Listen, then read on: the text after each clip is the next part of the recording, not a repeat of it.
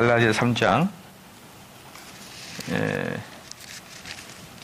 15절 말씀부터 22절까지 15절에서 22절까지 한 절씩 교독하겠습니다. 형제들아 사람의 예대로 말하노니 사람이 사람의 언약이라도 정한 후에는 아무나 패하거나 더하거나 하지 못하느니라.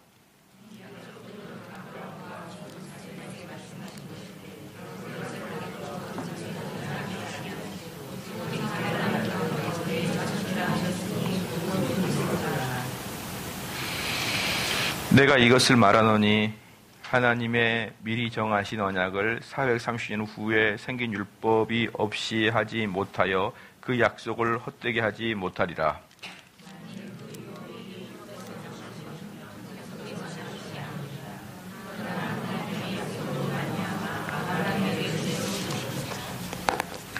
그런즉 율법은 무엇이냐?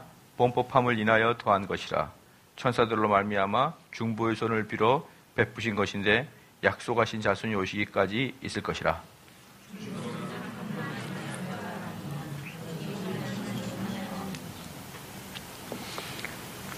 그러면 율법이 하나님의 약속을 거스르느냐? 결코 그럴 수 없느니라. 만일 능히 살게 하는 율법을 주셨다면 우리가 반드시 율법으로 말미암았으리라.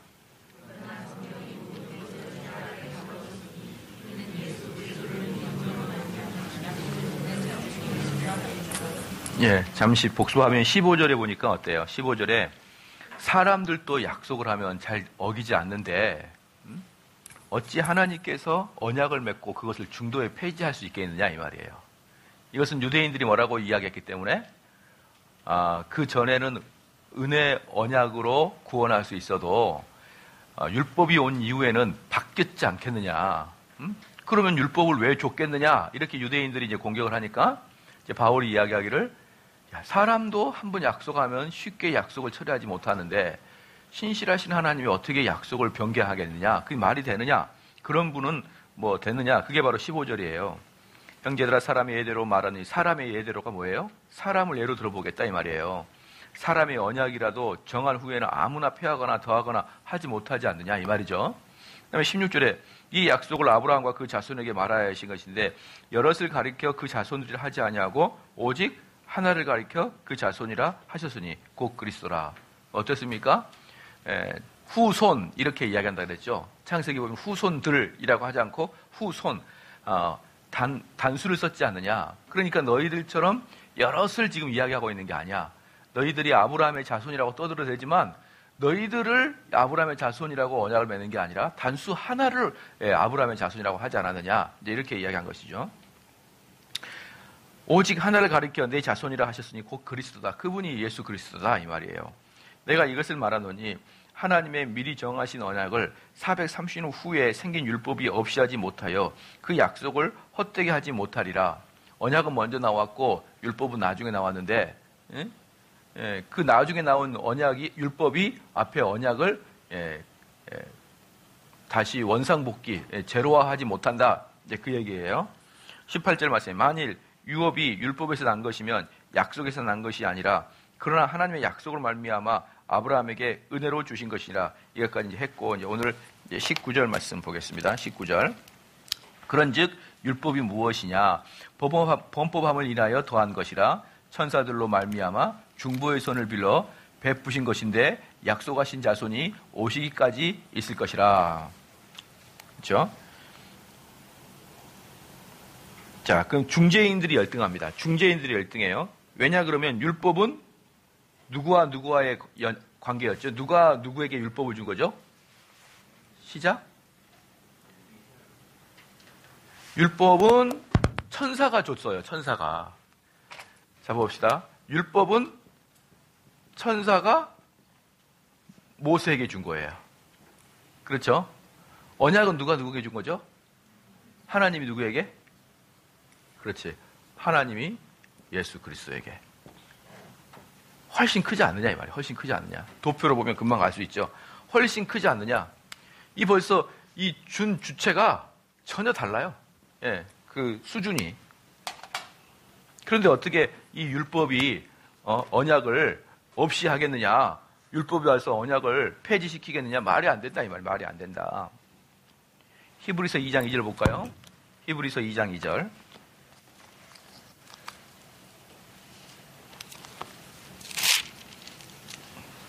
한번 읽어보겠습니다. 시작. 천사들로 하신 말씀이 경고하게 되어 모든 범죄함과 순종치 아니함이 공변된 보응을 받을 것은 누가 하셨죠? 천사들로 하신 말씀이죠. 천사들로 하신 말씀으로 그렇게 했다는 것이죠. 하나님이 율법이 저자이지만 천사를 통하여 모세를 통하여 백성에게 전해준 것이다. 이에 반해 언약은 하나님께서 아브라함과 직접 언약을 맺으신 것입니다. 그래서 율법은 언약에 비해 열등하며 부차적이라는 것이죠. 하나님께서 율법을 주실 때는 특별한 기쁨이 아니었습니다. 그것은 하나님의 구속의 일이 아니었기 때문입니다.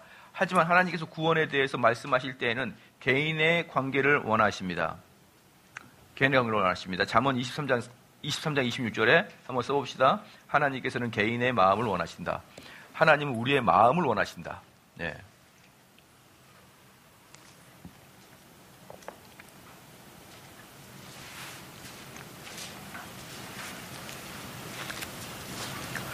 히브리 3장 20절입니다. 20절. 중보는 한 편만 위한 것이 아니니 오직 하나님은 하나시니라. 중보는 두 사람 사이에서 다리 역할을 하는 것입니다. 하나님께서 율법을 모세에게 주셨을 때는 분명 천사를 통해 모세에게 주신 것이죠. 모세는 백성에게 준 것입니다. 율법에는 분명히 중보자가 있었고 이 양편에서 합의가 있었는데 그래서 하나님께서는 백성들에게 너희가 이것을 행하면을 뭐뭇을 주리라라고 조건적으로 말씀하신 것입니다.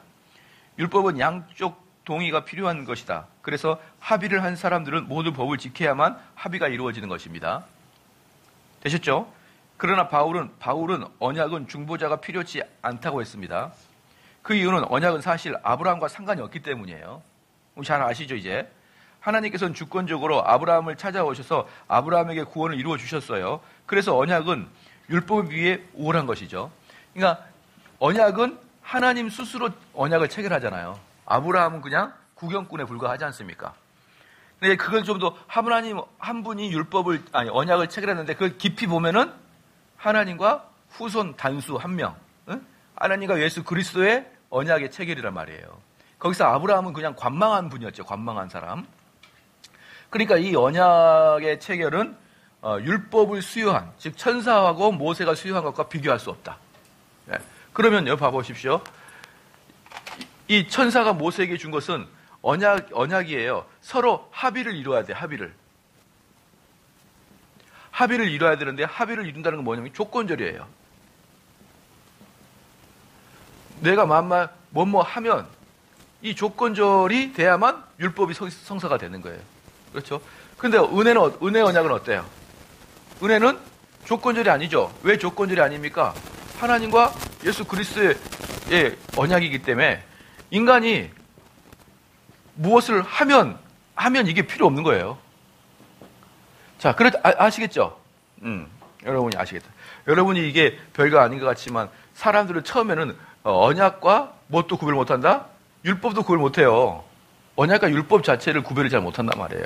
그게 그건 것 같이 생각이 되는데 그게 아니라 여기서 보니까 언약에 놨으면 율법과 반대라 그랬어요. 이것과 이건 반대예요. 완전히 반대. 예, 완전히 반대 개념이다. 자, 그래서 우리에게 은혜의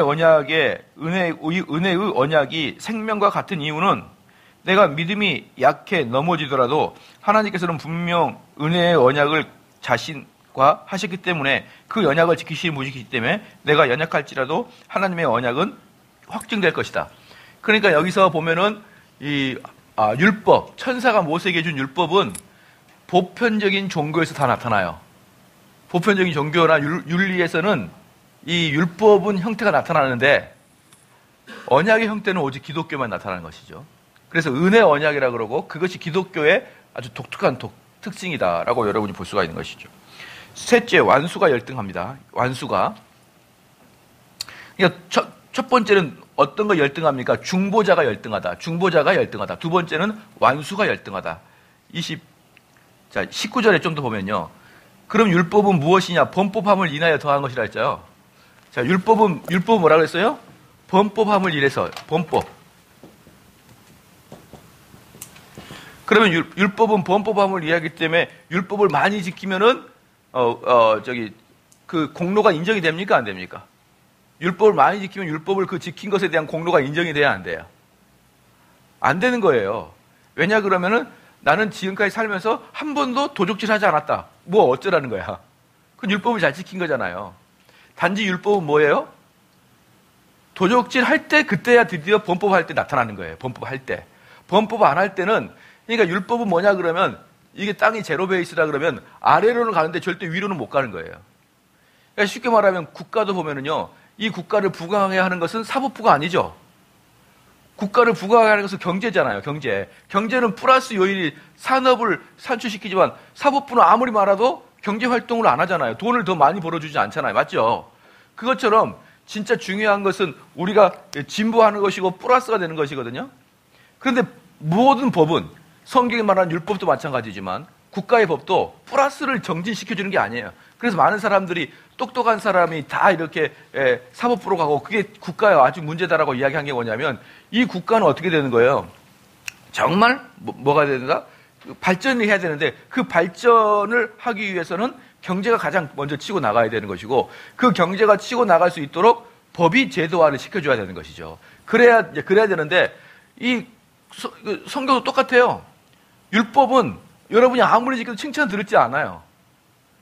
단지 법을 어겼을 때 비로소 나타나는 것이죠. 여러분 가끔 뉴스 보면 그런 거예요. 어떤 여학생이 경찰한테 어떤 스토커가 자기를 죽이려고 그런다. 그럴 때 경찰한테 신고를 했어요. 그랬더니 경찰이 그 여학생을 살펴보지 않으므로 그 여학생이 살해가 됐어요. 그런 뉴스가 가끔 나오거든요. 그럼 사람들이 엄청나게 경찰을 이제 욕을 합니다. 근데 실질적으로 경찰의 형사법은 언제부터 시작이 된다? 시작? 여러분이 피해자가 됐을 때부터 경찰이 개입하는 거예요. 피해자가 되기 전에는 경찰이 개입할 권한이 없어요. 그걸 바로 형사법이라 그러는 거예요. 그래서 사람들이 뭘 모르고 경찰한테 부탁을 했는데 경찰이 내비뒀다. 그럼 경찰한테 부탁할 게 아니라 누구한테 부탁해야 되는 거예요? 주변에 그 보디가드를 구해야 되죠. 그 사설 경호원을 구해야 되죠. 경찰은 여러분이 범법이 될 때 그때 경찰이 개입되는 것이지 범법이 가능성이 있다고 해서 경찰이 개입된 게 아니에요. 무슨 말인지 알겠죠? 형법은 범법을 함을 통해서 형법이 진행이 되는 거예요. 그러니까 율법도 어떤 거예요? 율법도 범법함을 인하여 주어진 것이지 그렇지 않고 율법을 통해서 공로를 쌓을 수 있다 없다? 없다는 것을 여러분 분명히 알아야 돼요. 그래서 자, 요거 갈라디아서 5분만 우리가 공부를 해도 어떻겠습니까? 우리가 얼마나 그 펠라기안주의가 잘못됐는지 알 수가 있단 말이에요. 이것만 하나만 봐도. 19절에 보면은 율법은 범법함을 인하여 더하신 것이고 21절에 이제 보면은 그러면 율법이 하나님의 약속들을 거스리느냐? 결코 그럴 수 없느니라. 만일 능히 살게 하는 율법을 주셨더라면 우리가 반드시 율법으로 말미암았으리라. 셀째 완수가 열등한데 바울은 대적자들에게 또 한 번 직선적으로 가상 질문을 합니다. 율법과 언약은 서로 충돌을 일으키는 것이냐 이 말이에요. 그럴 수 없다는 것입니다. 왜냐하면 만약 그렇게 된다면 하나님은 스스로 자신과 싸우는 격이 되기 때문입니다. 여러분 한번 보십시오. 많은 사람들이 뭐라고 한다고요? 삼성제일교회는 더 나아가 청교도는 지나치게 율법적이야. 지나치게 율법적이야 이런 말을 많이 하거든요. 그러면 그들 마음속에는 뭐가 있냐? 그들 마음속에 뭐가 있냐면 율법은 은혜 언약과 부딪힌다는 개념을 가지고 있는 거예요. 그래서 구약에서는 율법의 하나님, 신약에는 사랑의 하나님 이렇게 이분법으로 나와요. 그걸 바로 옛날에 초대교회 몬타누스라는 그 이단들이 그렇게 얘기했어요. 이분법적으로. 헬라 철학을 근거로 해서 이분법적으로. 그래서 구약은 무서운 하나님, 신약은 사랑의 하나님. 그런데 구약의 하나님 무서워요? 신약의 예수님 무서워요? 누가 더 무서워요? 둘 다 똑같은데 굳이 따진다 그러면 신약이 더 무섭죠. 왜냐 그러면 신약은 네 마음의 죄까지 다 처벌한다고 했으니까. 구약은 마음의 죄까지는 얘기 안 했거든요. 뭐 도적질하면 어떻게 하고 뭐 눈을 빼고 뭐 그런 건 있어도 너 눈이 탐심하면 눈부터 벌써 하고 뭐 손이 뭐 하면 손 잘라버리고 뭐 그러잖아요. 그렇기 때문에 굳이 정말 자세히 읽으면은 예수 그리스도의 말씀이 더 무서워요. 더 근본적이고. 그래서 사람들은 꼭 뭐라고 하냐? 구약은 진노의 하나님이고 신약은 사랑의 하나님. 구약은 율법의 하나님, 신약은 은혜의 하나님. 이렇게 자꾸 나누는데 그 마음속 기술한 건 뭐가 있냐 그러면 율법과 은혜 언약이 서로 상충된다고 생각하기 때문에 그러는 거예요. 맞죠? 서로 상충된다고 생각하고 있어요. 그래서 또 그 속에 또 뭐가 있냐 그러면 하나님의 구원의 역사가 신약을 통해서 바꿔졌다고 생각하고 있기 때문에 그러는 거예요. 그거 아닙니다. 자, 여러분 언약과 율법은 서로 상충되는 부분이 많아요. 서로 달라요. 서로 다르거든요. 근데 왜 다르냐 그러면 이거 둘 다 하나님 주셨잖아요. 왜 다르냐 그러면 율법이 하는 일과 은혜 언약이 하는 일이 각각 다르기 때문에 그러는 거예요. 다르기 때문에. 이 서로 두 개가 반대를 말하고 있는 게 아니고 뭘 말하고 있는 거예요? 다른 영역을 가지고 있단 말이에요. 다른 영역을. 사법부와 그 경제가 서로 다른 영역을 갖고 있지 서로 원수가 아니잖아요.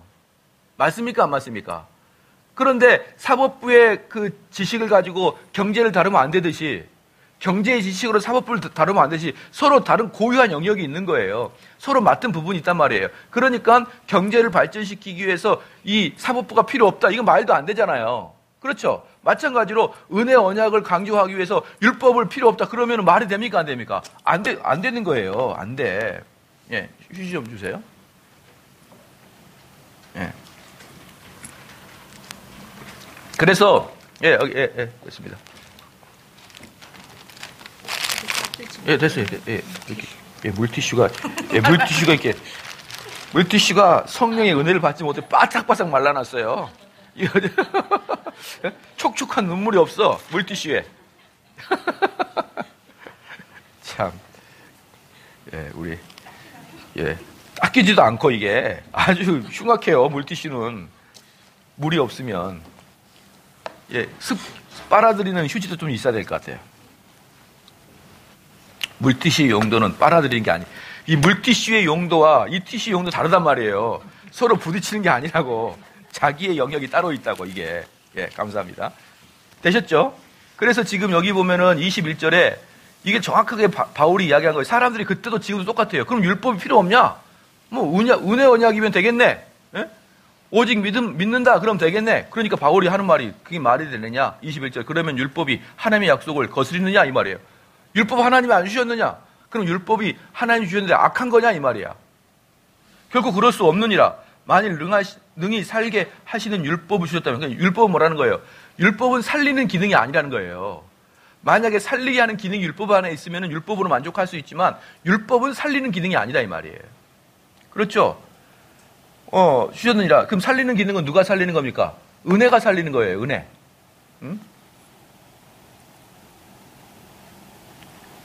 자, 그 다음에 결코 그럴 수 없다라는 매우 강한 부정어를 사용하고 있습니다. 이 둘은 서로 반대되지 않고 단지 역할이 다를 뿐입니다. 지금 사랑하는 여러분, 정말 이 간단한 것을 왜 한국 교회는 그렇게 오랫동안 잊어버렸는지 모르겠어요. 더 이상 율법을 이야기하지 않아요, 사람들이. 하나님이 주신 건데. 근데 그건 역할이 다른 것 뿐인데, 율법이 폐지됐다라는 느낌을 많이 가져요. 신약에 들어오면서. 바울의 말은 믿음은 구원을 이루고 율법은 인간이 얼마나 죄인인가를 보여주는 것이다 라는 거예요. 만약 율법이 의로운 자로 만들 수 있다고 한다면 그때는 충돌이 일어나지만 율법으로는 구원할 수는 없고 오히려 인간을 계속 죽이는 것이고 은혜는 생명을 주는 것으로 구분되어 있으므로 서로 전혀 충돌이 일어나지 않는 것이죠. 그러니까 여러분 지금까지 많이 배웠죠. 율법은 뭐 하는 것입니까? 나를 매일 죽이는 거예요. 나를 매일 죽이는 거. 그러니까 여기서 있으면 여기가 예수 그리스도가 있다 그러면 여기 예수 그리스도가 올 때까지 뭐가 필요하다고요? 율법이 필요하다고요. 율법이. 십자가에서 완전히 죽인단 말이죠. 율법을 죽인다 그랬잖아요. 죽여요. 그럼 예수 그리스도에서 은혜가 나를 살리는 거예요. 이걸 전체를 복음이라 그런다고. 이 전체를 복음이라 그런다고요. 그래서 청교도는 뭐라고 했습니까? 이건 마귀가 주는 거라 했습니다. 마귀가. 근데 우리는 어때요? 그동안 죄의 상태에서 훨씬 오래 살았기 때문에 청교도들도 마찬가지고 당연히 이쪽을 훨씬 많이 이야기하죠. 7대3 정도로 이야기합니다. 7대3 정도로. 거의. 그런데 이게 워낙에 세니까 7대3을 해도 꼭 9대1이나 10대0으로 이야기하는 것 같아요. 꼭 느낌이. 워낙에 이쪽에서 우리가 익숙하지 않으니까. 그래서 목사님은 맨날 이것만 이야기한다. 아니에요. 제 설교에 가만히 보면 여기 있어요, 많이. 상당히 적잖아요, 있어요. 자세히 보면. 근데 이게 느껴지지 않을 정도로 이게 커 보게 느껴지기 때문에 그렇긴 하지만요. 근데 이게 섞여 있는 거예요. 그리고 당연히 이쪽 부분이 훨씬 더 많이 다뤄져야 되는 것이고요.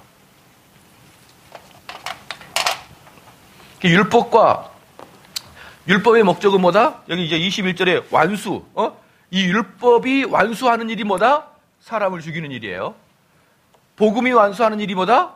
사람을 살리는 일이에요. 그 완수의 목적 자체가 차이가 많죠. 차이가 많죠.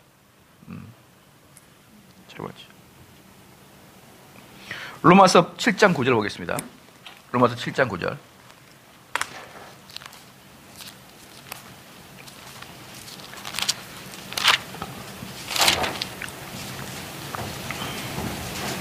로마서 7장 9절 다 같이 읽겠습니다. 시작.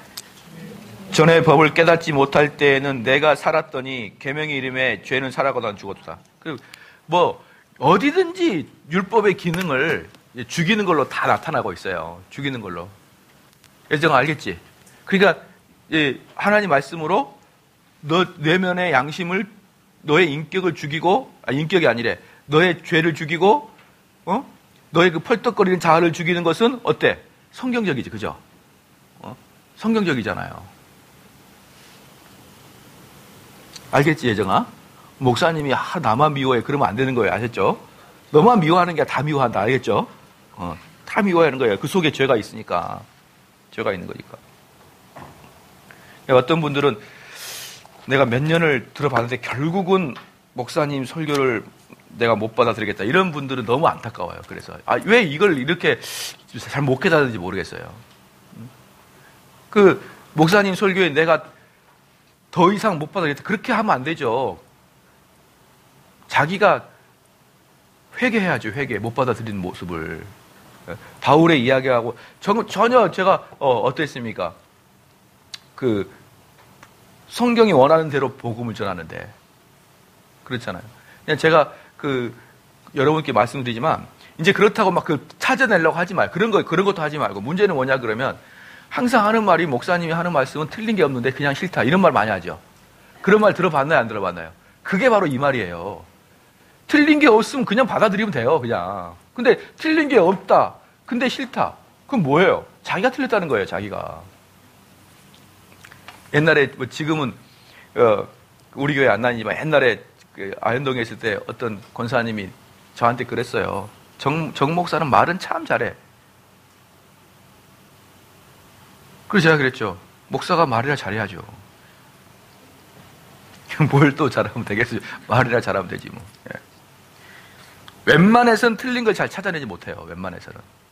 싫기 싫어. 뭔가가 싫긴 싫은데 그걸 딱 잡아내기는 뭐하고 그냥 하는 말이 그냥 말은 잘해. 또는 틀리지도 않은데 싫어. 이런 것이 뭘 몰라서 그런다? 율법과 언약의 체계를 몰라서 그러는 거예요. 그분들이. 만약에 그걸 그분들이 알았다 그러면 정말 금이야 오기야 받아들이겠죠. 되셨죠?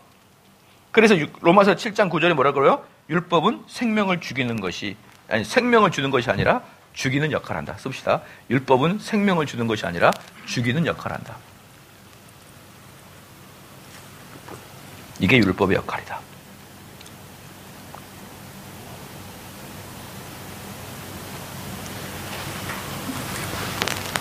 이에 반해 언약의 역할은 이 로마서에 다 나와요. 로마서에 다 나와. 8장 2절 시작.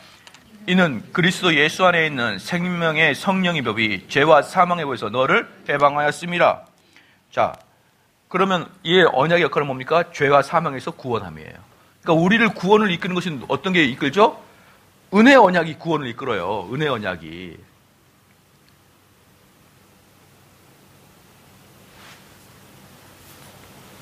율법과 언약의 차이는 무엇입니까? 율법과 언약의 차이는 뭡니까? 고린도후서 3장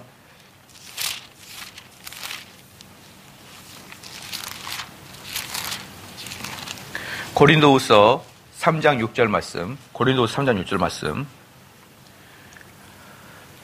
같이 한번 읽겠습니다. 시작.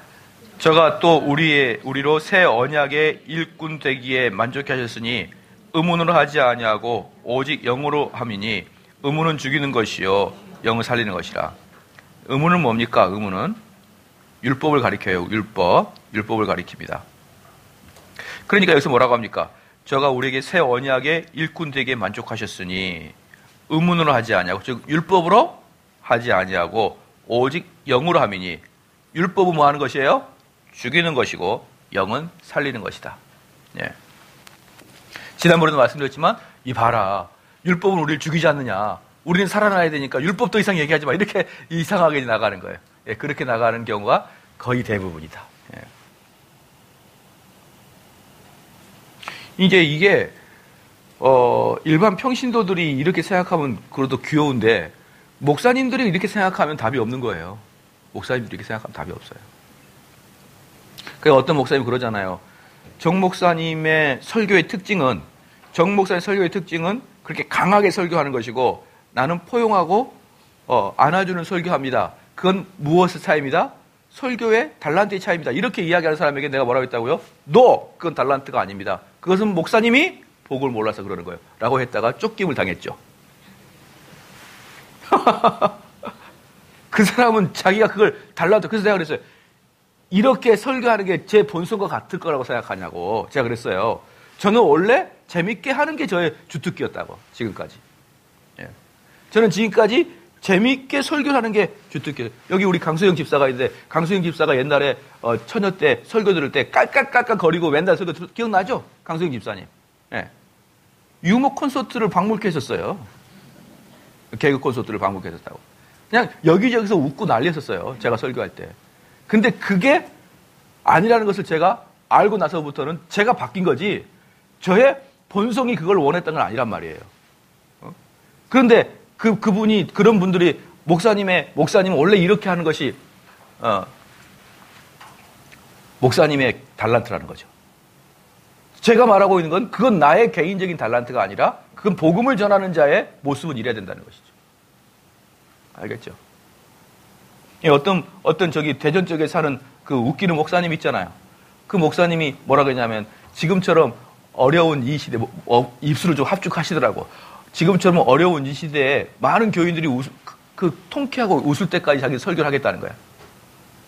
그러니까 웃기려는 목적을 가지고 설교를 해버려요, 이미. 근데 어떻게 인간을 죽입니까? 어떻게 율법으로 사람을 죽이냐고요. 사람이 죽지 않았는데 어떻게 은혜의 필요성을 느끼겠냐고요. 사람이 죽지는 않았는데 어떻게 은혜의 필요성을 느끼겠냐고. 그럼 그 사람들은 뭘 할까요? 은혜가 아니라, 예수 그리스도 통해서 은혜를 말하려고 하는 게 아니라, 그들을 그냥 설교라는 그 도구로 기쁘게 해버리게 하는 목적을 갖고 있겠죠.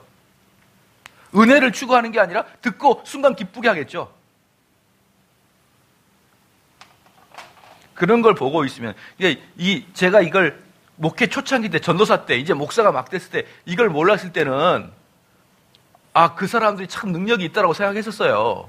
어떻게 저렇게 좌중을 웃길 수 있을까? 어떻게 저렇게 딱 집중시킬 수 있을까? 그때는 들었단 말이죠. 근데 이걸 깨닫고 나서부터는 어떻게 된다고요? 그들의 설교를 들으면 혐오감을 느끼는 거죠. 혐오감을. 그래서 이렇게 복음을 모르고도, 여러분, 복음을 모르고도 신학생이 될 수 있고, 전도사가 될 수 있고, 목사가 될 수 있는 거예요. 복음을 모르고도. 제가 그랬으니까. 제가. 그리고 이걸 알면서 저는 완전히 뒤집어져 버렸고, 그래서 거듭나지 않은 상태에서도 어때요? 목사가 된다고요. 얼마든지. 거듭나지 않아도.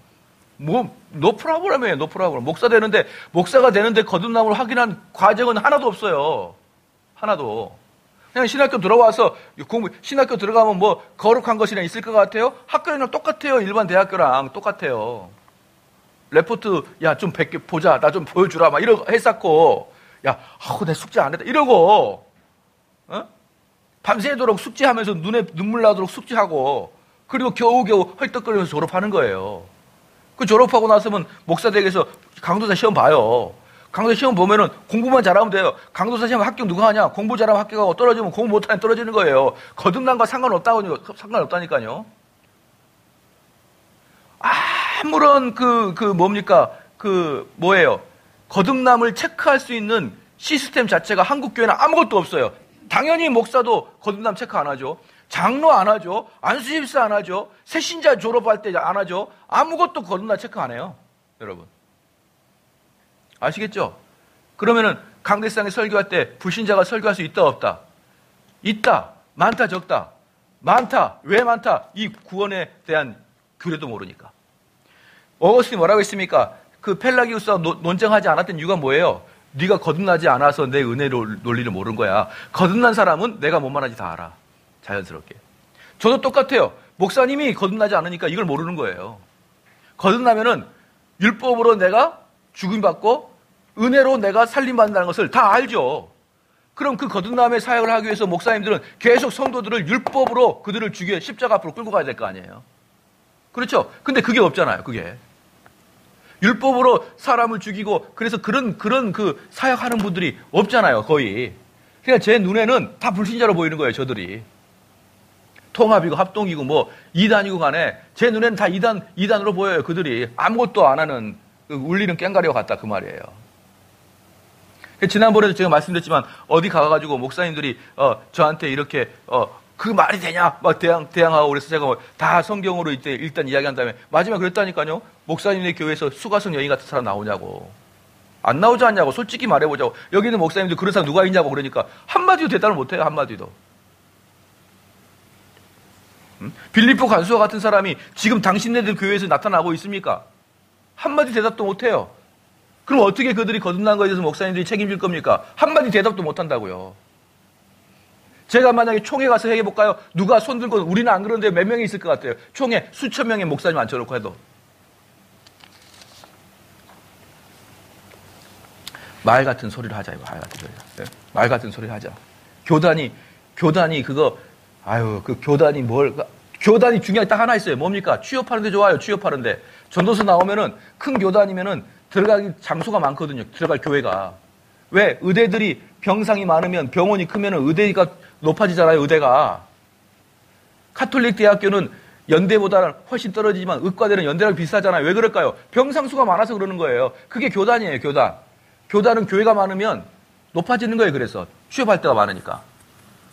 그거 외에는 아무것도 없어요. 그 외에는.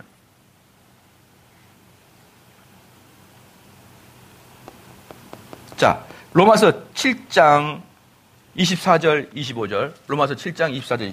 고린도후서 읽었나요? 예. 율법과 언약의 차이 뭐라고 했죠? 의문이죠, 의문. 의문은 뭐예요? 율법이에요. 율법은 뭐다? 죽이는 것이고 영은 살리는 것이다. 되셨죠?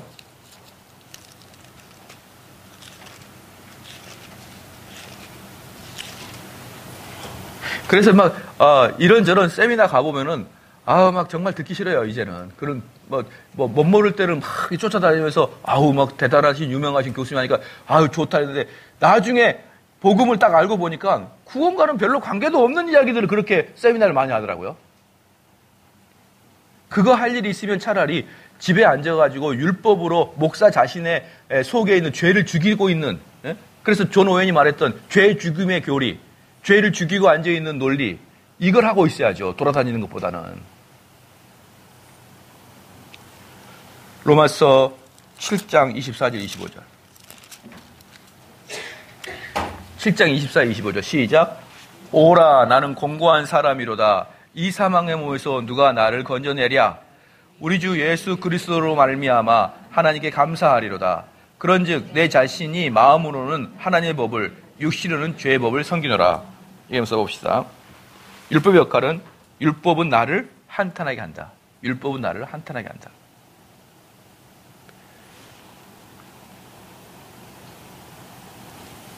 그리하여 어떻습니까? 그리스도 앞에 끌고 가잖아요. 그리스도 앞에 끌고 가죠. 24절 어때요? 오라 나는 공고한 사람이로다. 이게 지금 누가 바울이 율법을 보니 어때요? 오라 나는 공고한 사람이 이렇게 얘기하잖아요. 나 이제 죽을 것만 같네? 이렇게 얘기하잖아요. 나는 사망의 몸이구나 이렇게 얘기하죠. 그 다음에 뭡니까? 25절에 뭐라고 그래요? 우리 주 예수 그리스도를 말미암아. 그냥 주님께 가잖아요. 그냥. 그리스도를 끌고 가는 것이에요. 그리스도로.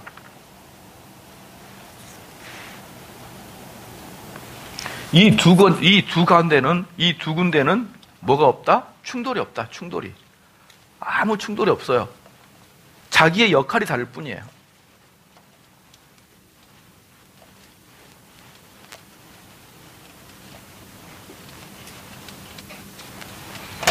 봐봐요. 사람들이 경찰이 높냐, 검찰이 높냐, 법원이 높냐 이렇게 얘기하거든요. 이건 어리석은 짓이죠.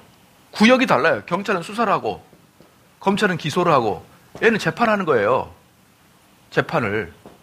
각자 구역이 다른 거예요. 누가 높고 낮으냐로 보는 게 아니라고. 한국 사람들은 서열을 좋아하기 때문에 그러지만 각자 뭘 하는 겁니까? 구역이 있는 거예요. 구역이. 그렇죠? 율법은 뭐예요? 율법은 나를 죽이는 것이고 은혜는 뭡니까? 나를 살리는 것이고 율법은 나를 뭐 하는 것이고 그리스도한테 끌고 가는 것이고 그렇죠? 끌고 가야만 주님 만나서 은혜가 되죠. 근데 끌고 가지도 않는데 어떻게 됩니까? 어떻게 우물가에서 숭늉을 찾을 수가 있어요? 숭늉이 있어야지. 되셨죠? 그러니까 여러분들이 은혜를 받기 전에는 뭘 해야 된다고요?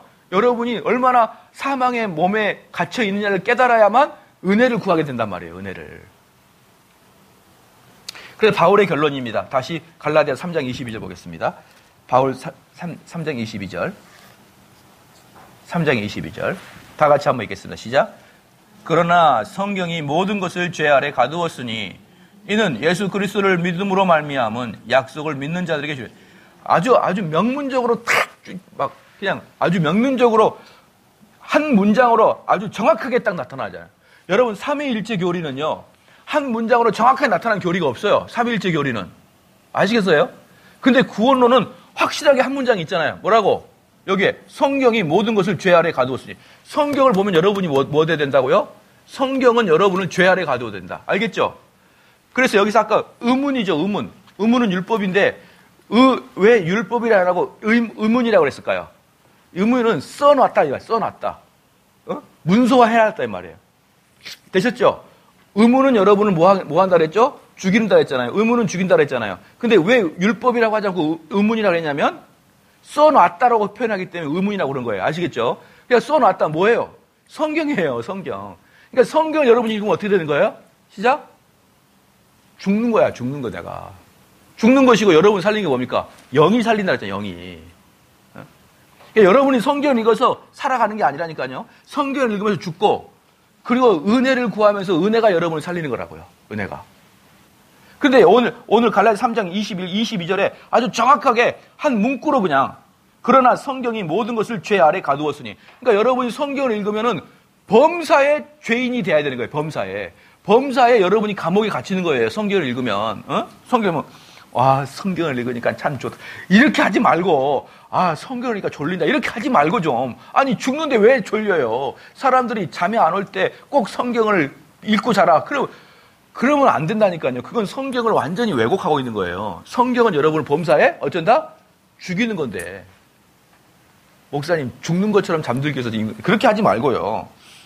그러나 성경이 모든 것을 죄 아래 가두었으니 이는 예수 그리스도를 믿음으로 말미암은 약속을 믿는 자들에게 주려 함이라. 지금 무슨 말이에요? 예수 그리스도에게 가게 함이라는 거예요. 예수 그리스도에게 가게 함. 되셨죠? 네. 제가 여러분들을 예수 그리스도에 끌고 가려면 어떻게 돼요? 계속 율법으로 때려치는 수밖에 없는 거예요. 율법으로 때려치는 것밖에 여러분이 예수님께 가는 방법이 없어요. 그럼 목사님 너무 센데 이 말 뭐예요? 나는 주님께 안 가고 싶어 이 말이에요. 그러면서 또 다른 교회 헛되이 다른 교회 가가지고 뭐라고 그래요? 헛되이 가가지고 주님 내가 주 앞에 나왔습니다. 이렇게 돼요 이게. 주 앞에 나온 게 교회 나온 거야? 그게? 주 앞에 엎드렸대. 어떻게 엎드리는데 율법으로 죽어야 엎드리죠. 그래 놓고 나서 율법으로 강하게 얘기하면 목사님 너무 강해요. 목사님 율법주의예요. 목사님 바리새인이요. 나는 자유로운 교회 가고 싶어요. 자유로운 교회 가서 주 앞에 나왔습니다. 이렇게 얘기해. 참 이것들은 코미디를 하는 건지 좀 사람을 복창을 뒤집어 놓으려고 하는지 모르겠어요. 여러분이 주 앞에 가는 유일한 길은 어때요? 율법으로 죽는 길이에요. 알겠죠? 뭐 교회 나와가지고 강대상으로 걸어가가지고 강대상을 만지고 주 앞에 이거 아니에요. 이거 아니 앞으로 간다고 주님 있으면 저 뒤에는 누가 계시냐 이 말이에요. 그 뒤에는 저 주님 이가 계시냐고요. 강대상 앞에 나와서 또는 주님 내가 이렇게 다시 나왔습니다. 내가 세상을 살다가 다시 주 앞에 나왔 이런 얘기 하지 말라고요. 그냥 교회 나온 거지 뭘 주 앞에 나와. 그러면 교회반 주님 계시면은 여러분 집에는 주님 안 계시고 천사가 계시나? 주님 파견했냐고요, 걔네들을. 주님은 다 계셔요. 그냥 교회 나와서 주 앞에 나왔다 이런 말 하지 말란 말이에요. 여러분이 주 앞에 나오는 거 뭐라고요? 율법으로 죽는 거예요. 그게 주 앞에 나오는 거라고. 그게.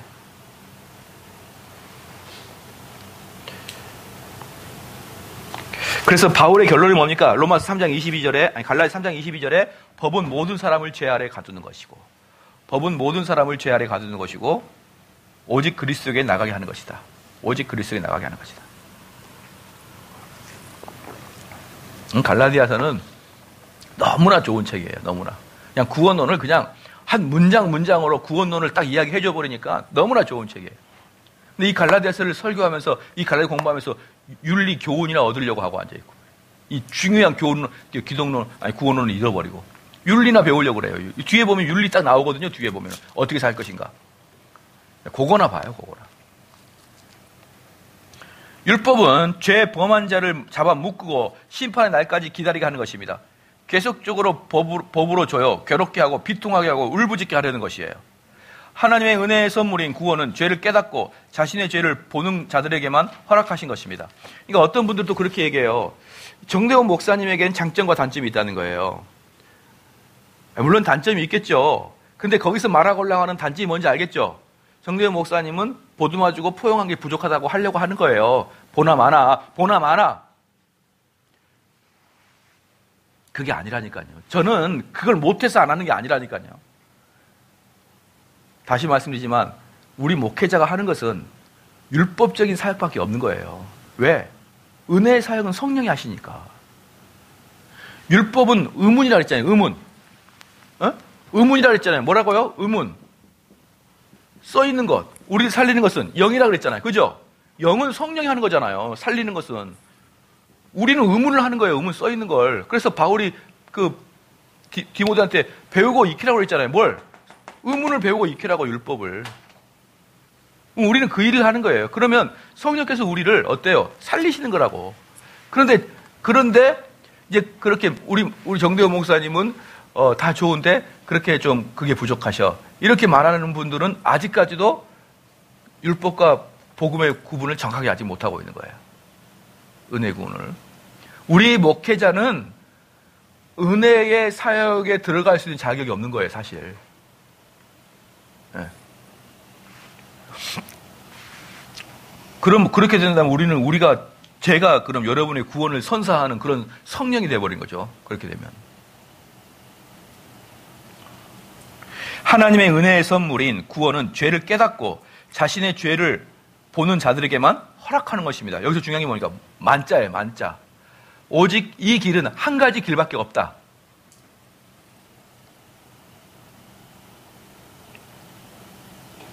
이게 바로 바울의 결론인 것입니다. 이 길 외에는 없다. 그래서 바울이 말하고 있는 게 나는 십자가의 도 외에는 알기를 원치 아니하노라. 이게 바로 이거거든요. 갈라디아서인 거예요. 그게 그래 갈라디아서란 말이에요. 그러니까 저도 예전에는 정말 많은 책을 공부했을 거 아니에요. 하여튼 신학을 공부하다 보면 유명한 사람도 있거든요. 막 공부하다가 지금은 오직 구원의 사역 외에는 별로 관심이 없어요. 지금은. 다 나머지는 헛된 것 같아요. 솔직히 말하면 지적 유희? 요 정도. 내가 좀 더 많이 하면 여러분들을 지식적으로 누를 수 있잖아요. 쫙 눌러가지고. 근데 그게 나중에 보니까 어때요? 이게 내 자아도취구나. 내 그냥 자기만족이구나. 라는 걸 깨달았고, 그 다음부터는 구원에 사역되는 것에 집중하게 되는 거예요. 구원에 사역되는. 그죠? 그 다음에, 죄로부터 인간은 법으로 양심을 상하게 하여, 죄로부터 부패된 인간은 법으로 양심을 상하게 하며 성령께서 짓누르지 아니하시면 우리는 우리의 죄를 인정하지 않습니다. 그래서 복음이 필요한 것입니다. 율법이 우리를 사로잡아 감옥에 집어넣고 예수 그리스도에게 살려달라고 죄의 속박으로도 자유롭게 해달라고 울부짖게 하는 것입니다. 율법이 우리를 정죄하고 죽이지 않으면 우리는 새로운 생명을 얻을 수가 없는 것이에요. 율법이 모든 것을 체념하고 절망하게 하였을 때 우리는 그리스도의 품으로 달려가는 것입니다. 그럼 여러분 봐보십시오. 율법이 나를 죽이는 것이구나. 율법이 나를 죽이는 것이구나. 이제 알았다. 그럼 내가 매일 죽어야지. 안 되는 거예요. 매일 누가 죽입니까? 매일 누가 죽일까요? 매일 목회자여서 죽어야 되는 거예요. 여러분 스스로가 마인드 컨트롤 죽어지는 게 아니라고요. 그게. 이론을 알았으니 내가 죽어야지. 내가 겸손해야지. 그렇게 해서 겸손해지는 게 아니에요. 그렇게 해서 죽어지는 게 아니에요. 목사님의 율법에 의한 말씀으로 여러분을 짓눌림을 당해야 되고, 그리고 여러분의 삶에서 목사님께 보여줘야 될 부분을 보여주고, 그것에 대해 책망을 받고 또 교정을 받고, 이렇게 말씀과 목사와 성령의 삼자 연대에 의해서 한 명의 성도가 그렇게 커나가야 돼요. 그게 뭡니까? 그게 바로 경건의 훈련이에요. 그게 이론만 가지고 혼자 앉아가지고 내가 죽어야지, 내가 죽어야 안 되는 거예요. 안 되는 거라고. 여러분 공차는 선수가 이렇게 할 때 이론 가지고 막 하다가 실제로 필드에서 코치 없이 필드에서 한번 해보라고요. 되나 안 되나? 안 되게 돼 있어요. 제가 이렇게 보니까 혼자서 하는 사람들은 아무도 보는 게 없기 때문에 뭐 아령을 하더라도 어때요? 너무 힘들면 피곤해 나와버려요. 그런데 여러분 그 근육이 나오려고 그러면 그 마지막 그 1분을 더 해야 되잖아요. 그죠? 그때 옆에서 불효령 같은 코치가 있어야지만 그걸 하게 되는 거예요. 아니면 최소한 옆에서 보는 사람이 있어야 돼. 근데 혼자 골방에 사면 어때요? 에이씨, 힘들어. 이렇게 되는 거예요, 그냥. 그래서 혼자 하면 안 되는 거예요, 이건. 여러분. 제가 옛날에 그 30대 중반에 한 달 만에 식스팩을 만드는 법 책을 샀어요. 또 앉아서 계속 읽었어요. 은혜를 받았죠. 맞다. 이래야 돼. 지금까지 한 번도 실습을 안 해봤어요. 그대로 책이 이론은 잘 알아요, 제가. 그런데 그것을 강제적으로 하게 하고, 끌고, 안 하면 전화해서 하게 하고, 이런 강압적인 코치가 있냐, 이 말이에요. 없으면 못해요. 여러분, 아마 여기 있는 거의 대부분의 사람들은 헬스장 3개월치 끊어가지고 며칠 못 가고 말았을걸요? 강제로 끌어주지 않으니까? 근데 거기를 강제로 끌고 가야 여러분 드디어 운동을 하는 거예요. 그게 인간이고 인간의 타락성이에요, 그게. 그 때문에 신앙생활 할 때 절대 혼자 하려고 하지 마세요. 혼자 하는 것은 마귀가 딱 좋아하는 겁니다. 얼마든지. 그래서 여러분, 예수님의 시험에서 제일 큰 시험이 뭔지 알아요? 예수님의 시험에서 제일 큰 시험은 광야에 혼자 있는 거예요. 광야에 혼자 있는 것은 모든 사람의 마음을 무장해제 시킵니다. 그렇기 때문에 신앙생활은 꼭 같이 동료가 있어야 되고, 끌어주는 목사가 있어야 되고, 이것이 연대해서 신앙으로 끌고 가는 거예요. 신앙으로. 예. 그래서 우리는 율법이 우리를 정죄하고 죽이지 않으면 우리는 새로운 생명을 얻을 수가 없습니다. 율법이 모든 것을 체념하고 절망하게 하였을 때 우리는 그리스도의 품으로 달려가게 됩니다. 만약에 이것을 잘 아는데 정말 그 목사님의 설교가 우리에게 힘을 주고 우리에게 소망을 주고, 그러면 저는 참 불안해요. 그런데 많은 성도들이 그게 당연히 옳다고 생각하지만, 여러분들 바울이나 또는 사도들이나 구약의 선지자들 설교 한번 봐봐요. 얼마나 무시무시한지. 얼마나 무시무시한 설교를 한번 봐보라고요. 그들이 우리한테 힘을 주고 이 어려운 환난 속에 이겨나가기, 헤쳐나가기 위해서 뭔가를 주고, 안 그래요, 여러분. 안 그런다고요.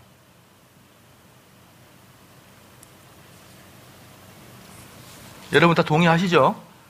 여러분은 동의하리라 봐요. 토요일까지 와서 공부한 정도는 동의하는데, 많은 경우에는 이거 듣고 또 집에 가서는 또 소망을 주는 목사님 설교 들어 인터넷에서 또 두 개를 또 혼합해가지고 정대원 목사님의 장점을 취하고 또 힘을 주는 목사님 장점을 취해서 아주 지혜롭다고 두 개를 해요. 근데 제가 볼 때는 양쪽 다리 거치고 있는 거예요. 제가 볼 때는.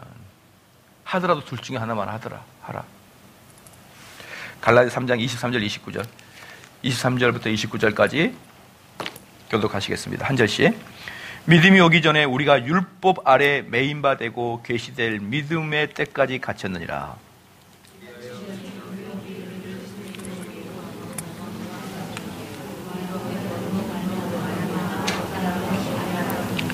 믿음이 온 후로는 우리가 몽학 선생 아래에 있지 아니하도다.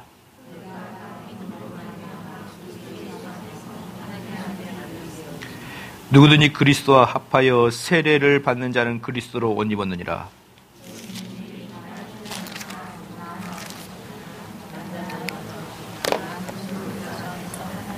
야, 이제 완전히 구원의 핵심까지 들어온 거예요, 이제. 구원의 핵심까지.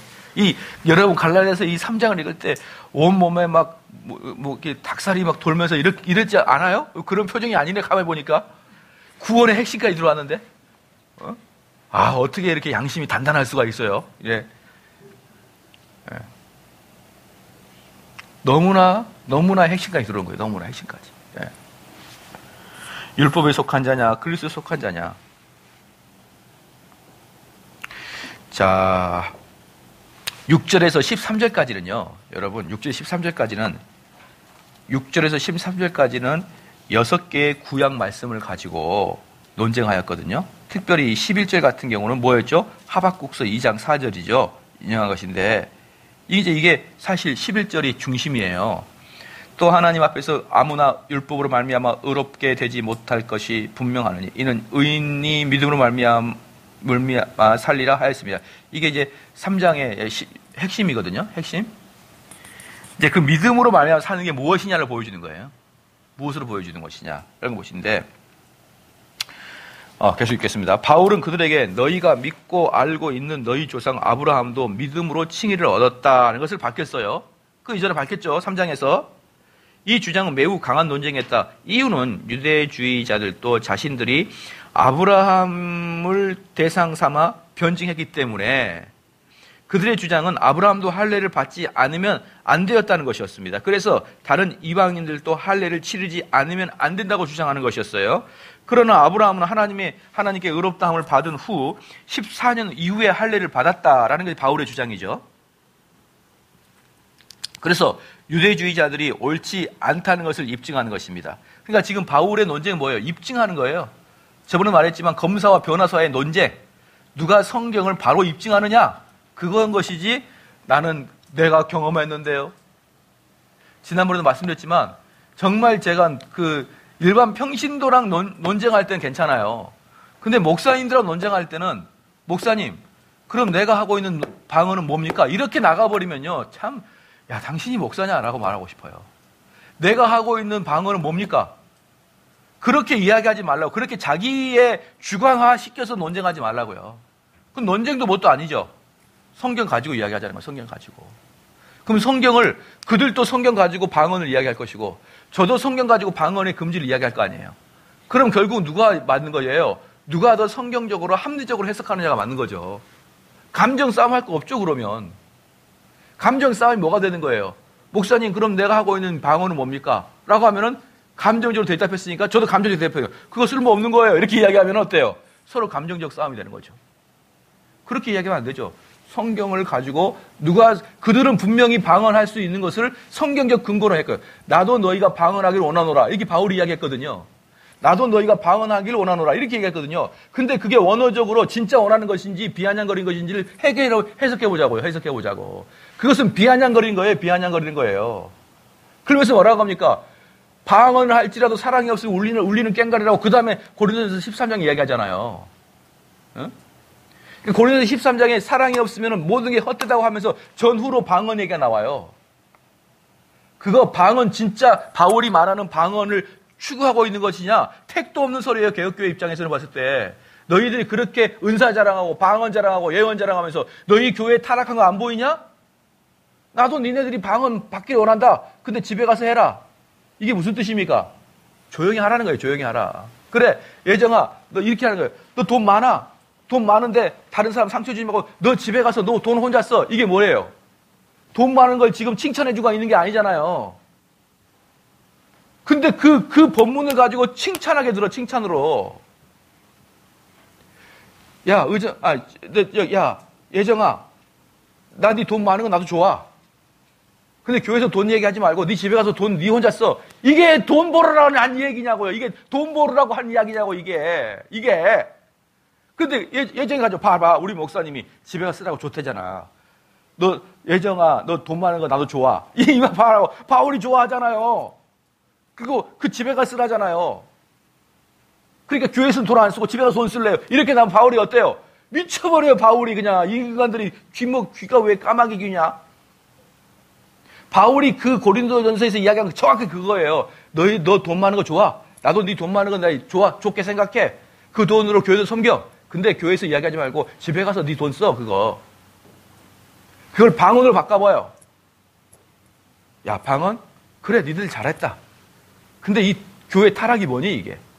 그렇게 아무리 그게 있어도, 예정아, 네 돈이 아무리 많아도 사랑이 없으면 그 돈 다 할 거야. 그 얘기 아니에요? 근데 그걸 오순절 교회에서 금이야, 오기야, 방언. 오순절 교회에서 그러면 이해가 가는데, 왜 장로교회에서, 합동적 교회에서 그걸 목사님들이, 나도 방언하는데요? 그거 뭐예요? 그래서 제가 한마디 했죠. 회개하면 될 거예요.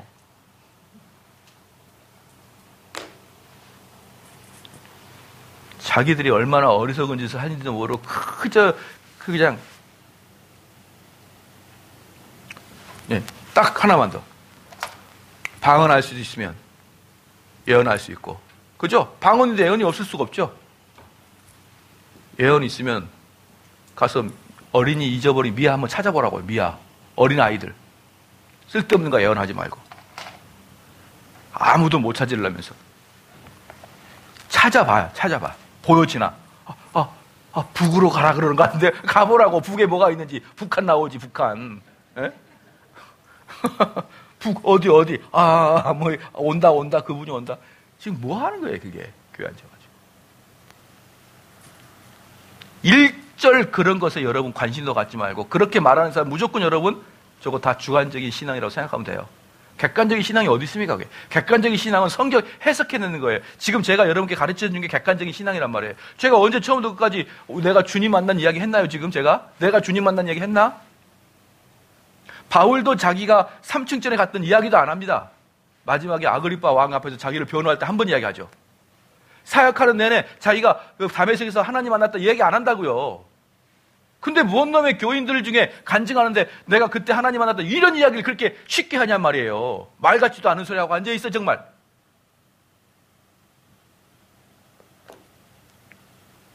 할렐루야. 여러분을 사랑합니다. 여러분 그러지 마세요.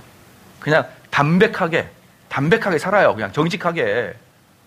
그거 하고 싶어서 이렇게 했습니다. 나는 그쪽 가고 싶어서 그렇게 갑니다. 여러 가지 생각하면 거기에 더 유리할 것 같아요. 이렇게 생각하면 되지. 하나님이 나를 거기에 보내셨어요. 보냈지! 전체가 다 주님의 주권 안에 있으니까. 여러분, 타락의 원흉입니다. 오순절 계열들. 타락의 원흉이에요. 그리고 그게 30년 전만 해도 한국 교회에서는 아주 이질적이었고 30년 만에 모든 걸 다 바꿔버렸어요. 제가 어릴 때 30년 전에 순복음교회가 커나가기 전에는 그런 것이 한국 교회에 아주 이질적이었단 말이에요. 여러분이 느끼는지 아는지 모르지만 30년 전을 되돌아가서 생각해 보라고요. 여러분 어느 교회에서 방언합니까? 어느 교회에서? 30년 전에. 어떻게 우리 주님이 30년을 바뀌었나요? 성령님이 30년을 바뀌어버렸을까? 정말 저는 한심스러워서 말을 못하겠어요. 다른 분들이 그럼 모르는데 합동체 목사들이 그러고 앉아있는 거 진짜 이해가 안 돼요. 그래서 제가 웨슬리 신앙고백에서 나왔다니까 그게 성경입니까? 웨슬리 신앙고백에서 성경입니까? 그래서 제가 말하지 말자. 그래서 유대주의자들이 옳지 않다는 것을 입증하는 것입니다. 그리고 아브라함은 믿음으로 의롭다함을 얻었으므로 할례를 통해서 받지 못한다는 것을 밝히며 할례는 오직 육체의 표식임을 주장한 것입니다. 이때 유대주의자들이 논쟁하는 것은 바울의 말이 옳다 해도 율법은 아브라함 이후 몇백 년 후에 나왔으니 율법이 나온 후에는 모든 기준이 변했다는 것입니다. 이게 지금 율법주의자들이 이야기하는 것이죠. 즉 하나님께서는 구원의 방법을 바꾸셨다는 것이에요. 바울은 이것에 대한 답을 15절 22절에서 한 것입니다. 바울의 논쟁은 유대인들을 놀라게 했고 유대인들을 놀라게 했어요. 딱딱 맞거든요. 딱딱 맞아요. 딱딱. 바울은 율법이 왔다고 해서 하나님의 방식에 변화된 것이 없음을 나타냅니다. 15절에서 인간의 언약도 한번 체결되면 더하거나 빼거나 할 수 없는데 하나님께서 인간에게 맺어주신 언약은 더욱 그럴 것이다. 그렇다면 율법은 무슨 의미가 있느냐? 가상적인 질문에 19절에서 답을 합니다. 율법은 인간에게 자신의 죄를 알게 하는 역할입니다. 율법은 거울과 같아서 우리가 누구인가만을 확인시켜주는 것이고 율법의 역할은 인간이 얼마나 하나님 멀리 떠나 있는 죄인인가를 보여준 것입니다. 그래서 율법의 역할을 뭐라고요? 거울과 같다. 내 얼굴에 때가 있느냐 없느냐만 확인하는 것이지 그 거울을 떼어다가 내 때를 떼어내려고 하는 것은 바로 어리석은 짓이다. 어리석은 짓이다. 그러므로 율법의 역할은 우리를 아프게 하고 상처 주는 역할을 한다. 이런 아픔과 상처를 가지고 그리스도에게 나아가면 그리스도께서 우리의 상처를 묶어주실 것이고 율법이 우리를 꼼짝 못하게 하여 예수 그리스도께서 우리를 자유로이 해주실 때를 기다리는 것이다. 이러한 현상은 율법이 우리를 확실하게 유죄 선고를 내리고 우리를 죽이지 않으면 일어나지 않는 것입니다. 율법이 우리를 확실히 죽일 때 비로소 일어나는 거예요. 확실히 죽일 때. 마태복음 9장 12절 23절에서 예수께서 들으시고 이르시되 건강한 자에게 의원이 쓸데없고 병든 자에게라야 쓸데있느니라. 너희는 가서 내가 긍휼을 원하고 제사를 원치 아니하노라 하신 뜻이 무엇인지 배우라. 내가 의인을 부르러 온 것이 아니요 죄인을 부르러 왔노라 하시니라. 세리와 죄인들과 같이 잡수시는 예수를 향해 빈정대던 바리새인들에게 말씀하신 내용인데 그 내용은 정확히 이와 같습니다. 너희들은 나를 필요로 하지 않는다. 왜냐하면 아픔도 불안도 부족함도 마음에 가책도 없고 죄에 대한 두려움도 없기 때문이다. 나는 자기 자신을 보고 아파하며 간절하며 죄에서 심판에서 탈출하고자 하는 이들에게만 찾아오는 것이다. 율법은 우리의 범죄함을 깨달아 예수님에게 인도하는 목적을 가지고 있다라는 것이죠. 옛날에 어떤 분에게 신방을 가야 될 일이 있었어요.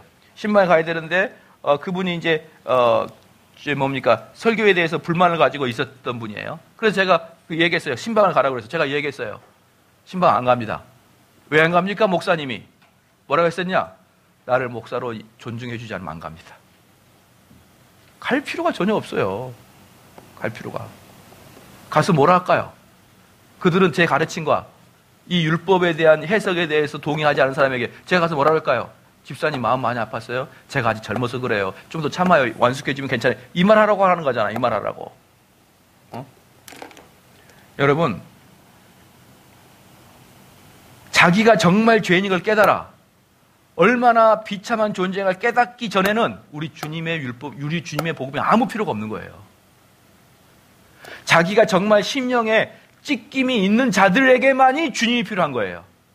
그들만이 주님을 정말 구주로 여기는 거예요. 그러지 않으면 주님을 어떻게 여겨요? 웃기게 여긴 거예요. 웃기게. 그렇기 때문에 정말 자기의 죄를 깨닫는 자에게 목사가 신방을 가는 것이지, 교인이 의롭고 목사가 잘못했는데 목사가 찾아가서 뭘 어떻게 하라고요?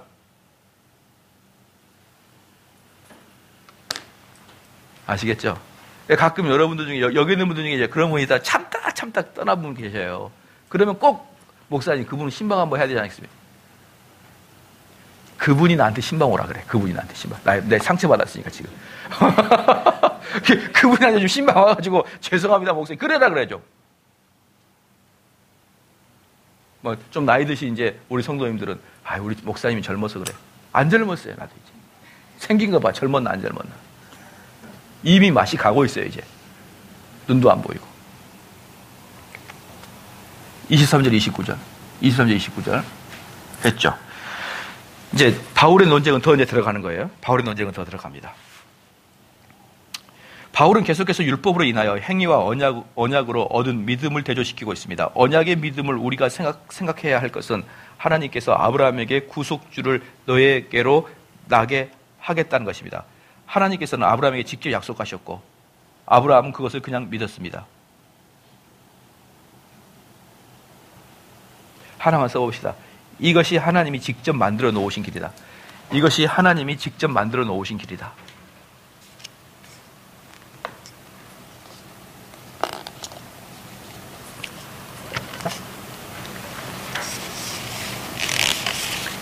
이것이 하나님이 직접 만들어 놓으신 길이다.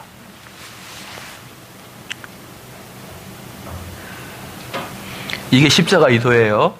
여러분이 어디 가서 십자가의 도 이야기하게 되면 이렇게 간단하고 단순 명료하게 얘기하면 돼요. 아시겠죠? 간단하게 단순 명료하게. 십자가 앞에서 죽어야 되고 죽이는 것은 율법으로 죽여야 되고. 간단하게 이야기하면 돼요. 얼마나 간단합니까? 말은 간단해서 여러분 인생 걸고 해야 되는 거죠. 인생 걸고. 보니까 여러분 저 한번 쳐다봐요. 아이고 펄떡보도 살아있네 아직도. 아무리 들어도 살아있는 거예요.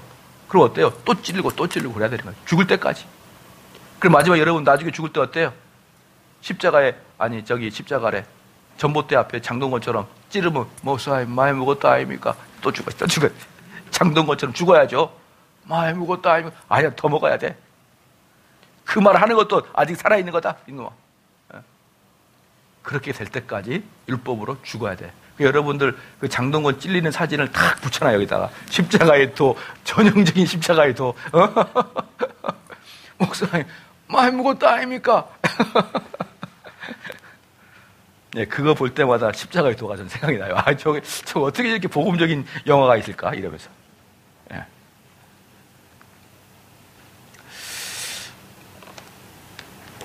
하나님께서 17절은 역사적 증명이고 17절 역사의 증명, 23절은 개인적 증명이에요. 23절은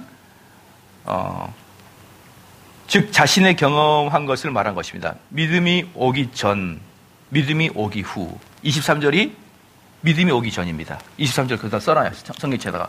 23절이 믿음이 오기 전. 25절 믿음이 온 후. 여기서 여러분에게 헷갈리는 거예요.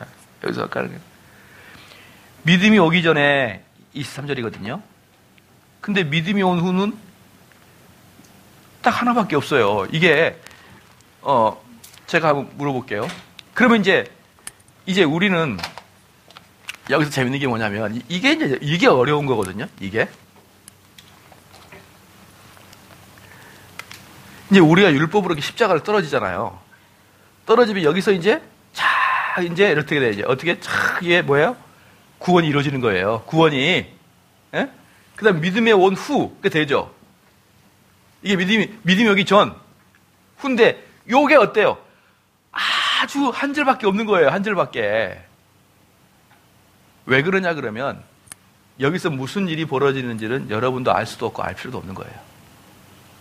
알 수도 없어요. 만약에 여러분들이 의사 선생님한테 병원 가가지고 수술했어요. 의사 선생님이 이야기해줘요. 야, 이렇게 해가지고 이렇게 수술할 거예요.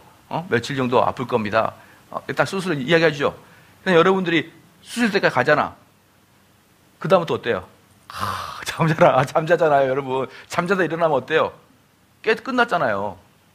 거기서 여러분이 선생님이 어떻게 수술한지를 알아야 되나? 저한테 똑똑히 보여주세요. 저 눈 뜨고 볼래요. 이러면서 거기 말고 거기 아니야? 이렇게 안 하잖아요. 거기 안에서 무슨 일이 벌어지는지는 우리가 알 수는 없다. 여기서 그래서 지나치게 알려고 하는 것은 여러분 우리를 미궁에 빠뜨려요. 가봅시다. 25절 23절 믿음이 오기 전에 우리가 율법 아래 매인바 되고 계시될 믿음의 때가 갇혔으니라. 이같이 율법이 우리를 그리스도에게로 인도하는 무궁한 선생이 되어 우리를 알고 믿음을 알미암아 의롭다함을 얻게 하려 함이라. 그리고 곧바로 믿음이 온 후를 딱 얘기하잖아. 믿음이 온 후로. 그러니까 목사님 여기서 도대체 여기서 어떤 일이 벌어지나요? 이렇게 이야기하게 되면 참 난해해지는 것이죠. 그건 성령이 하신 일이니까. 그렇죠? 그럼 목회자가 하는 일은 뭐예요? 율법으로 여기까지 끌고 가는 거예요. 여기까지 끌고 가면은 여러분도 여기서 성령과 여러분을 만나야 되는 거예요. 만약에 이런 거랑 똑같아요. 목사님, 임신할 때 어떤 느낌인가요? 내가 뭐 어떻게 얘기해 줄 거야. 그냥 메스 꺾고 이거밖에 못 하잖아요. 그것처럼 여기서는 그러한 것들이 있다. 바로 그러한 부분에서는 성령의 영역으로 우리 넘겨야 된다. 자, 유대인들만이 구속주가 필요한 것이 아닙니다. 이 세상에는 성경 말씀을 한 번도 읽어보지 못한 사람들이 있습니다. 그들은 하나님의 율법을 알지 못하지만 자신들의 죄에 대하여 양심의 가책을 받습니다. 그들은 또한 구속주가 필요하다는 걸 느낍니다. 그러한 율법은 어디에 새긴 것입니까? 로마서 2장 15절에 마음입니다. 마음에 새겨져 있어요. 성경을 하나도 몰라도 죄를 지면은 양심의 가책을 느끼잖아요. 물론 한두 명은 죄 지어도 양심의 가책을 안 느낄 수 있죠. 너무나 단단해가지고. 그렇죠. 율법은 종이와 돌판뿐 아니라 마음에도 새겨 양심으로 깨닫게 합니다. 모든 사람들은 하나님의 율법이 그들에게 비춰질 때 자신이 하나님의 법을 위반한 것을 알게 되며 자신들이 아무리 몸부림쳐도 벗어날 수가 없다는 것을 압니다. 그래서 사람들은 본성적으로 자기들 마음속에 내 이렇게 살다 지옥 가지 이런 마음이 있는 거예요. 이런 마음이 있는 거예요, 여러분. 제가 이번에도 전도대회 때 그 말씀을 전했는데 어떤 분이 저한테 그런 얘기 하더라고요. 교회를 생전 처음 나왔거든요. 근데 설교 듣는 내내 찌릿찌릿했대. 찌릿찌릿. 그 사람 마음에 표현을 하면. 예. 찌릿찌릿했대. 마음이, 그 양심이 찔렸다는 거죠. 왜? 양심이 있으니까. 다 살아있으니까. 찌릿찌릿한 그것만 했냐 그랬더니 그것만 했대. 뭐 더 이상 진척도 없고 꼭 고기만. 찌릿찌릿. 참. 아유, 밥 먹는 걸 뺏어버릴 뻔했어요. 먹을 필요 없다. 뭐 이러면서. 모든 사람들은 하나님의 율법이 그들에게 비춰질 때 자신이 하나님의 법을 위반한 것을 알게 되며 자신들이 아무리 몸부림쳐도 벗어날 수가 없다는 것을 압니다. 두 가지 부분입니다. 우린 이 부분을 속박이라 부를 수 있습니다. 그리고 속박과 자유 또는 전과 후로 부를 수 있습니다. 첫째 요점, 율법 아래에서의 속박입니다. 율법 아래의 속박. 이것은 이유라고도 합니다. 23절, 우리가 율법 아래 메인바되고 이 율법이 첫째 요점은 율법 아래에 있는 것입니다. 율법의 첫째 요점은, 이 말씀의 첫째 요점은 율법 아래에 있는 것입니다. 계시될 믿음의 때까지 갇혀 있는 것입니다. 계시될 믿음의 때까지. 계시될 믿음의 때. 계시라는 뜻은 뭐예요? 위에서 내려오는 믿음이 생길 때까지. 그렇죠? 자, 믿음은 선물입니까? 아닙니까? 믿음은 선물이 아니에요? 선물이죠. 왜 선물이냐면 위에서 내려오니까. 위에서 내려오니까 값없이 내려왔잖아요. 그러니까 믿음은 선물이죠. 근데 이 선물을 받으려면 받을 자리에 있어야 되겠죠. 그게 율법 아래 갇혀져 있다는 뜻이에요. 율법. 그러니까 여러분들이 가끔 가다가 이런 얘기 하잖아요. 목사님, 우리 자녀가 믿음이 그렇게 없는데 언젠가는 하나님께서 믿음을 주시겠죠. 자, 이건 뭘 모르는 거예요? 바울의 구원론을 모르는 거예요. 그 사람은 뭐에 갇혀 있어야 믿음이 된다고요? 율법 아래 갖추어져 있어야 믿음이 내려오는 거예요. 그렇기 때문에 대충 살다가 지나가다가 번개 맞아가지고 자기가 루터인 마냥, 루터가 번개 맞기 전에 얼마나 율법 아래 갇혀 살았는지 여러분 다 아시죠? 근데 그 율법 아래 갇혀 살다가 하나도 없어. 근데 자기 아들이 루터인 마냥 길 가다가 나 하나님 믿을게요. 이렇게 해서 혹시 믿을까? 그런 헛된 생각을 갖고 있어요. 안 돼요. 여러분이 믿음의 계시가 내려올 때까지 어디 있어야 된다고요? 율법 아래 있어야 된다. 그러니까 여러분 자녀가 아무리 오기 싫더라도 어때요? 귀때기를 틀어서라도 어때요? 와서 앉게 해야 돼요. 그렇죠? 귀때기를 틀어서라도. 근데 그 아들이 힘이 세면 어때요? 용돈을 줘라서라도 와야 돼요. 어머니 이러시면 안 되죠. 이러면 안 되니까 용돈을 줄게 와라. 이래가지고 그래서라도 듣게 해야 되는 거예요. 그래서라도. 왜? 그래야만 믿음에 오기 때문에. 무조건이에요. 무조건. 그래서 하나님께서 사람에게 양심을 주신 이유는 우리에게 계시하기 위함입니다. 그리스도인으로서 믿음으로 뒤를 돌아본다면 율법이 우리를 속박한 일은 매우 다행스러운 일이라 생각할 것입니다. 율법이 우리를 속박함으로 우리를 그리스도에게로 인도하기 때문입니다. 그래서 바울은 율법을 뒤돌아보았을 때 율법은 너무 좋고 나는 율법을 사랑하고 율법이 나를 죽였다. 이러한 일이 나의 생애에서 가장 좋았다고 말하는 것이에요. 그러니까 저 같은 경우는 초등학교 때부터 여름 성경학교를 계속하고 중등부, 고등부, 여름 수련회 계속했고 청년부 계속 수련회 했거든요. 그러므로 해서 제가 뭘 못했다 그랬죠? 친구들과 텐트 가지고 바닷가에 놀러 간 게 한 번도 없었다고요. 저는 일생을 통해서. 근데 그때는 너무나 답답했어요. 나도 친구들하고 텐트 가지고 동해안 놀러 가고 싶었단 말이에요. 근데 저는 한 번도 없었단 말이에요. 한 번도. 근데 지금 돌아보니까 그 모든 규율이 나를 타라고도 보호했잖아요. 나를 타라고도. 제가 딱 한 번 제가 따라간 적이 있었어요. 따라간 적. 그 대학생 때 수련회를 비껴가지고 딱 한 번 가본 적이 있었거든요. 텐트를 딱 쳐요. 가서 제가 본 거예요. 그대로 얘기해 드릴게요. 텐트를 딱 쳐요. 앉아있으면 옆에 여자들 3명 와가지고 텐트를 쳐요. 이거 남자가 쳐야 되는데. 이래가지고 쳐줘요. 3명 모았나 봐요. 이렇게 또 이야기를 해요. 오늘 같이 식사하시죠? 뭐예요? 그냥 여자 사귀러 가는 거예요. 여자 사귀러. 여자 못 사귀면 어때요? 술 먹고 퍼지는 거예요, 그냥. 우리 인생 자책하면서 우리는 왜 이 모양이야 이러면서. 그거 하러 남자들끼리 가는 거예요. 그거 하러 여자들끼리 가는 거 아닙니까? 저는 여자들의 마음 잘 모르겠지만 남자들 마음은 제가 잘 알죠. 남자니까. 50평생을 남자로 살아왔으니까 잘 알아요. 거기는 뭐 하러 가는 거예요, 남자들은. 여성들끼리 오면은 어떻게 해보려고 하는 것이죠. 죄지로 가는 거예요, 죄질로. 근데 제가 만약에 그 길을 계속 살았다고 생각해봐요. 얼마나 여기 서 있는 게 부끄러울까요?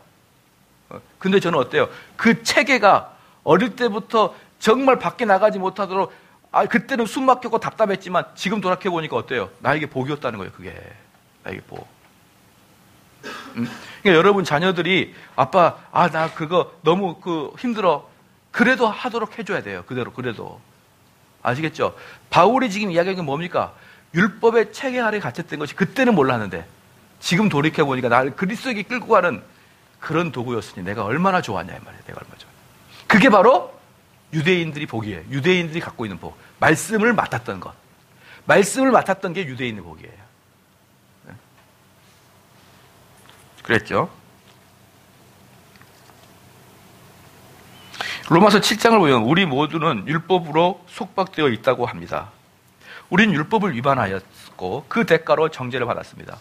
우리는 모두 그래서 사형 선고를 받은 것입니다. 3장 23절 한번 읽겠습니다. 시작. 믿음이 오기 전에 우리가 율법 아래 매인바 되고 계시될 믿음의 때까지 갇혔느니라. 23절에 율법은 감옥과 같다고 했습니다. 우리가 율법 아래 매인바 되고, 헬라의 뜻은 우리는 율법의 보호를 받고 있다라는 뜻이에요. 즉 율법은 보호의 기능을 갖고 있습니다. 여러분들이 뭡니까? 가끔 그런 거 있잖아요. 생명의 위협을 받은 사람들은 감옥에 있으면 제일 안전하죠. 네. 여러분 영화 많이 봐서 알잖아요. 그러니까 감옥은 우리를 억압하기도 하지만 또 다른 말로 보호하기도 하는 거예요. 여러분이 성 안에 갇혀 있으면은 성 밖에 못 나가기도 억압도 되지만 보호도 받잖아요. 그러니까 율법은 여러분을 어때요? 억압하면서 또 죄 짓지 못하도록 보호도 해주는 거예요. 죄로부터의 보호도 해주는 거예요.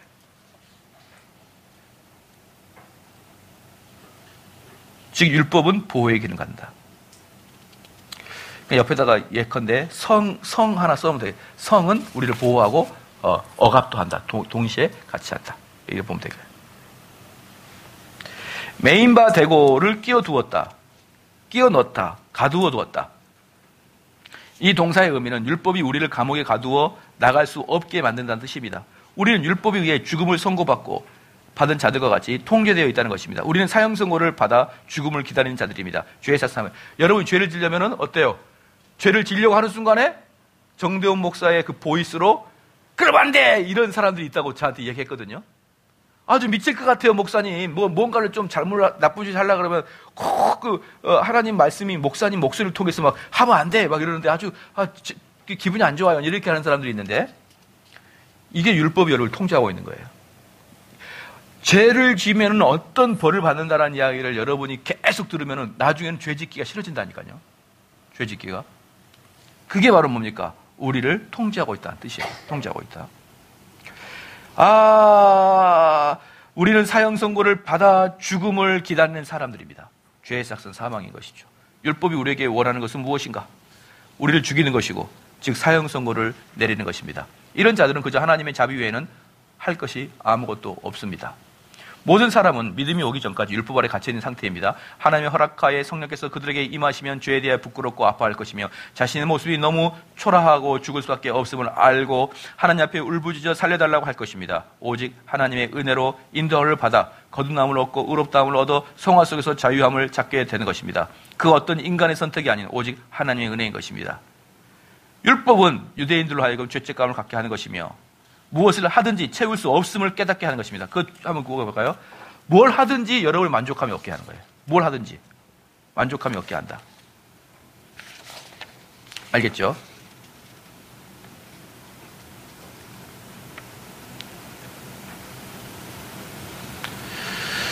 이들이 속박에서 벗어난 유일한 길은 진리의 씨인 메시아를 바라보는 것이고 누구든지 선물로 주시는 언약을 믿는다면 구원을 얻을 수가 있는 것입니다.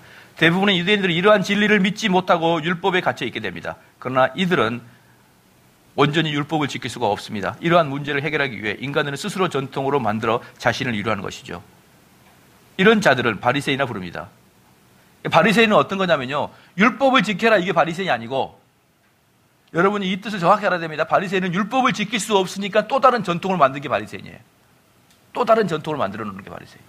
그러니까 바리새인들은 정확하게 율법의 의미를 몰라요. 율법의 의미는 우리를 죽이려고 하는 것인데, 바리새인들은 율법을 지키라고 준다고 생각하고 있는 거예요. 근데 지켜보니까 지켜집니까? 안 지켜집니까?